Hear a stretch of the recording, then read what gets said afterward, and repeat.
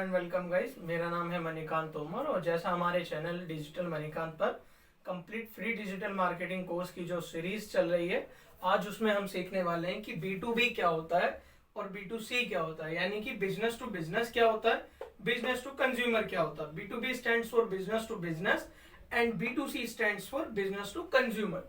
तो आज बहुत ही डीपली जाकर के हम ये चीज समझने वाले हैं कि B2B क्या होता है, B2B में कैसे हम प्रोडक्ट डेवलपमेंट होता है, कैसे काम करते हैं, कैसे प्रोडक्ट एंड कंज्यूमर तक पहुंचता है, एंड कस्टमर तक हमारे पहुंचता है, और B2C में कैसे कस्टमर तक पहुंचता है। तो देखिए, जब भी कभी भी कोई भी मैन्युफैक्चरिंग यूनिट है, वो जब भी अपना प्रोडक्ट डेवलपमेंट करती है तो उसकी एक सप्लाई चेन होती है जिसके थ्रू वो अपने प्रोडक्ट को अपने एंड कंज्यूमर तक, कस्टमर तक उस प्रोडक्ट को पहुंचाती है। तो उसकी जो सीरीज होती है, उस चेन, जो सप्लाई चेन है, उसको आज डिटेल में डिस्कस करते हैं। देखिए, जब कभी भी कोई भी मैन्युफैक्चरिंग प्लांट है, आपको बहुत ही बेसिक सा एक जनरल एग्जांपल देता हूँ। आपके पास में कोई भी केमिस्ट शॉप होगी या भी मेडिकल शॉप होगी जहां से आप दवाइयां लेते हैं, तो उन मेडिकल स्टोर पर वो दवाइयां एक मैन्युफैक्चरिंग प्लांट से कैसे पहुंचते हैं और किसके क्या फायदे हैं और इससे क्या नुकसान होते हैं, B2B के क्या फायदे हैं, B2B से क्या नुकसान क्या है, B2C से क्या फायदे, सारी चीजें कंसीडर करते हैं और सारी चीजों को आज डिटेल में सीखते हैं इस वीडियो के अंदर। तो चलिए शुरू करते हैं।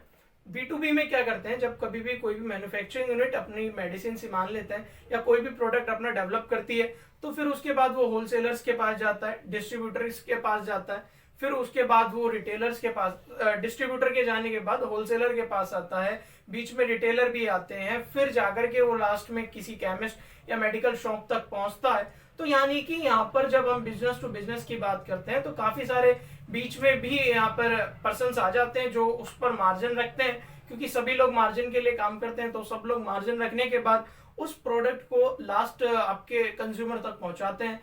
तो वहां से मैन्युफैक्चरिंग यूनिट से निकलने के बाद से कस्टमर तक पहुंचने तक उस प्रोडक्ट की कॉस्ट अप्रोक्स 40 to 50% बढ़ चुकी होती है। ये प्रॉब्लम है B2B में, कि वहां से जब हम कंज्यूमर तक पहुंच रहे हैं जिसको उस प्रोडक्ट की नीड है, जो उसको रेगुलरली यूज करते हैं, उनको वो चीज थोड़ी कॉस्टली पड़ती है। तो यहाँ पर बिजनेस टू बिजनेस में ये सप्लाई चेन चलती है।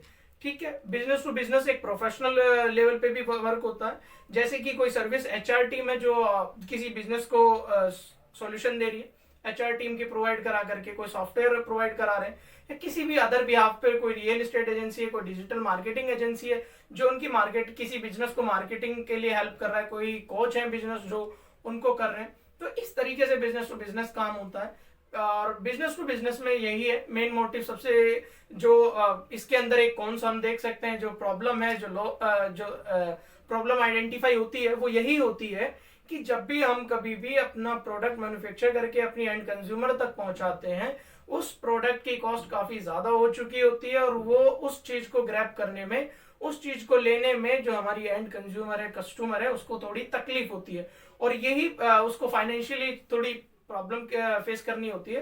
तो इसी चीज को मैटर करता है कि हम अपनी जो भी प्रोडक्ट है उसको डायरेक्टली अगर कस्टमर तक पहुंचा दें, जो बीच के मीडिएटर हैं अगर उनको हटा दें वहां से, तो बहुत अच्छा एक इम्पैक्ट पड़ सकता है। बहुत कम कॉस्टली होकर के प्रोडक्ट हमारे जो कस्टमर्स हैं उनको मिल सकता है, और उसी के साथ साथ कस्टमर्स भी हैप्पी होगा तो कस्टमर उसको रिपीटेशन में भी लाएगा।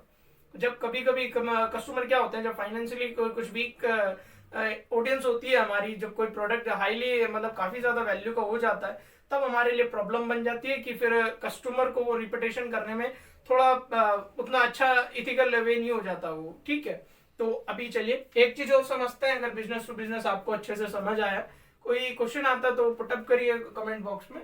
यहाँ पे एक और चीज देखते हैं, बिजनेस टू कंज्यूमर। जब हम बिजनेस टू कंज्यूमर की, जब हम B2C में बात करते हैं, जब बिजनेस टू कंज्यूमर में बात करते हैं, तो उसके हमारे पास बहुत सारे फायदे हैं। जहां ऑडियंस को उसके बहुत सारे फायदे हैं, वहीं साथ ही साथ क्या है, बिजनेस को भी उसके काफी सारे फायदे हैं। जब हम देखते हैं कि प्रोडक्ट डायरेक्टली कंज्यूमर के पास पहुंच रहा है, तो कंज्यूमर को इसमें क्या है, बहुत अच्छी चीजें क्या मिल रही है। एक तो बहुत ही अच्छी चीज बात यह है कि उसको प्राइस बहुत कम मिलने वाला है।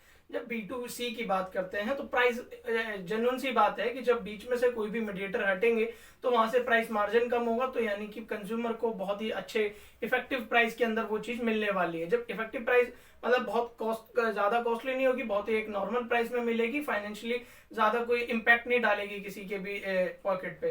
तो इसीलिए ऑडियंस को वो अच्छा होगा, ऑन टाइम मिल सकता है, आपको डिलीवरी बहुत इजीली मिल जाती है आजकल।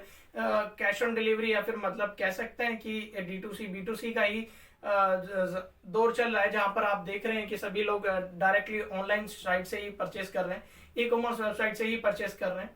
तो यहाँ पर एक बहुत अच्छी चीज क्या मैंने आपको बताई कि वहां पर कॉस्ट कम हो जाती है, तो कस्ट और जो बिजनेसमैन होते हैं उनके लिए भी स्टोरेज रखना उतना कैपेबल नहीं होता, रेगुलरली सारा स्टोरेज बना करके रखना।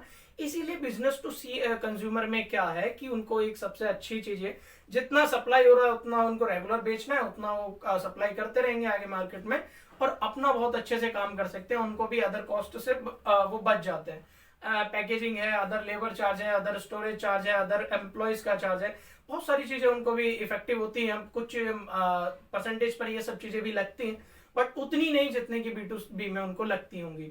ठीक है, अब बिजनेस टू सी कंज्यूमर में हमने देख लिया कि यहाँ पर यही मार्केट का वो दौर चल रहा है। यहाँ पर मार्केट ऑनलाइन आप देख रहे हैं, अमेजोन चल रहा है, फ्लिपकार्ट है, मीशो है, और भी बहुत सारी वेबसाइट्स हैं जो एसेसरीज के लिए भी आजकल यूज हो रही हैं। इंडियन वेबसाइट है, बोट है, इलेक्ट्रॉनिक प्रोडक्ट्स बनाते हैं, इंडियन मैन्युफैक्चरिंग कंपनी है, बहुत अच्छे, आपने ईयरपॉड्स वगैरह वहाँ के यूज भी किए होंगे। और तो यही सारी चीजें हैं, ये सब क्या कर रहे हैं, D2C डायरेक्ट टू कंज्यूमर कर रहे हैं, या फिर B2C यानी कि बिजनेस टू कंज्यूमर कर रहे हैं, डायरेक्टली यही बेनिफिट है। अगर आप